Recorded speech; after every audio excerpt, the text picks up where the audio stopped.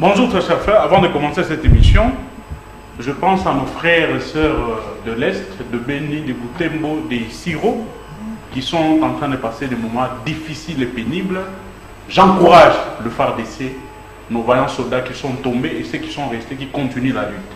Et surtout, que les âmes de nos six vaillants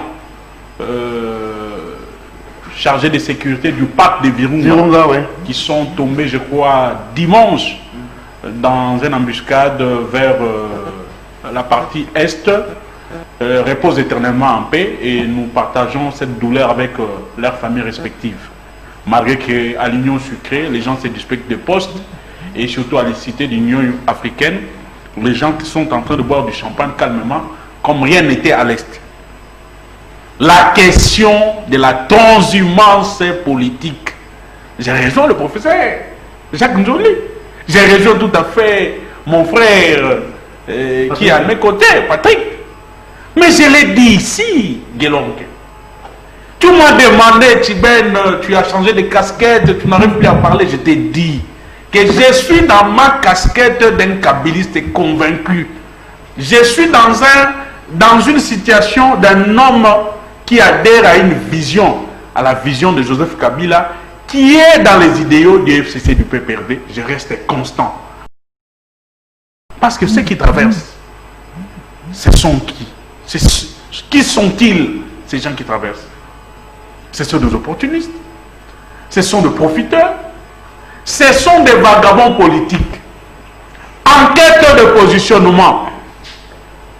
Ceux-là qui veulent à tout prix que le ventre puisse grossir à 10 mètres ou 3 mètres, ce sont eux qui traversent.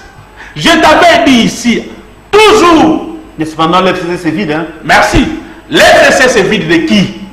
Des profiteurs, des opportunistes. Nous sommes heureux, très heureux en ce moment.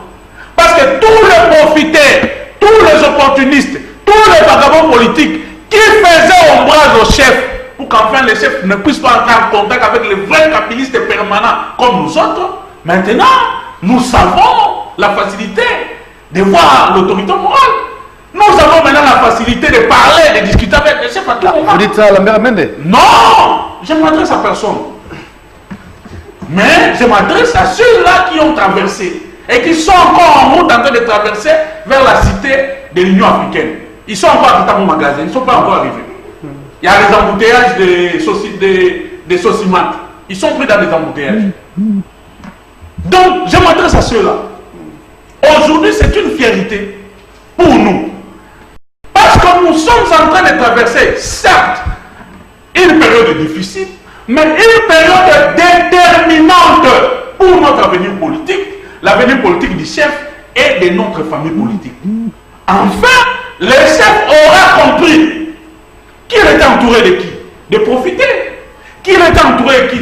Des opportunistes. Qui a fait comme mission, à tout prix, avoir des postes, avoir l'argent, avoir une certaine crédibilité, avoir une certaine notoriété vis-à-vis des gens. D'accord. Et aujourd'hui, ils sont partis. Nous l'avons dit. Patrick l'a bien précisé ici. Nous avons dit dès le début, c'est quoi l'union sacrée? L'union sacrée, c'est quelque chose qui existe dans la tête du chef de l'État. Jusque-là, l'union sacrée, c'est un bébé, c'est un fœtus qui est encore dans le ventre d'une femme. Et ce fœtus-là, jusque-là, nous n'avons pas encore fait l'échographie pour connaître si réellement c'est un fœtus ou c'est l'union. Parce que quand une femme, de nos jours ici, quand tu vois le ventre de ta femme grossir, il faut faire attention. Ne te dis pas que ta femme est enceinte. Cette femme-là peut avoir l'union. Donc, il faut d'abord aller faire l'échographie. Aller chez un médecin spécialisé faire l'échographie. C'est le médecin qui te dira, effectivement, que l'homme que vous attendez, une fille ou un garçon, effectivement, vous attendez un bébé. C'est ça l'union sucrée. On vous dit que l'union sucrée est un mort-né qui n'a pas de statut juridique, qui n'a pas de statut politique. Et aujourd'hui, on nous donne raison. La guerre de positionnement a déjà commencé. La guerre de leadership a déjà commencé. Je vous avais dit, les gens de l'UDPS, ce sont des dictateurs. Ils n'ont jamais été démocrates. Et surtout que... Ensuite, hein, parce qu'on va changer de sujet, oui. Et surtout qu'ils ne vont pas se laisser faire. Quand mon frère Ouambika est venu, tous ses espoirs s'envolent. Il s'est dit non, je voulais peut-être devenir vice-ministre. Mbika est arrivé, Liao est arrivé, Aminat est arrivé. Tous ces gens-là sont venus bouffer, ils sont là pour bouffer le cadre de l'UDPS. D'accord. Et je pense à Diabanza. S'il vous plaît. Je pense à qui? Je pense à qui? Je pense à mon frère, je pense à Diabanza, je pense à Fils Mukoko. Donc, le chômage va encore continuer. Le chef de l'État est entouré de crocodiles. Merci en Chumoupa. J'ai sali la vision éclairée de Moussito. Moussito l'avait dit. Mais écoutez, chef de l'État, vous étiez incapable de discuter avec un seul partenaire qui est Joseph Kabila. Vous êtes maintenant entouré de crocodiles. Et de quels crocodiles? Des loueuses. Jean-Pierre Bemba. D'accord. S'il vous plaît, on n'a pas 3 minutes. Nous avons qui? On va changer le sujet. Nous avons la mère Mende qui a nous avons qui a encore traversé. Ils sont nombreux. On va y revenir. Nous sommes là, nous observons. D'accord. Et nous sommes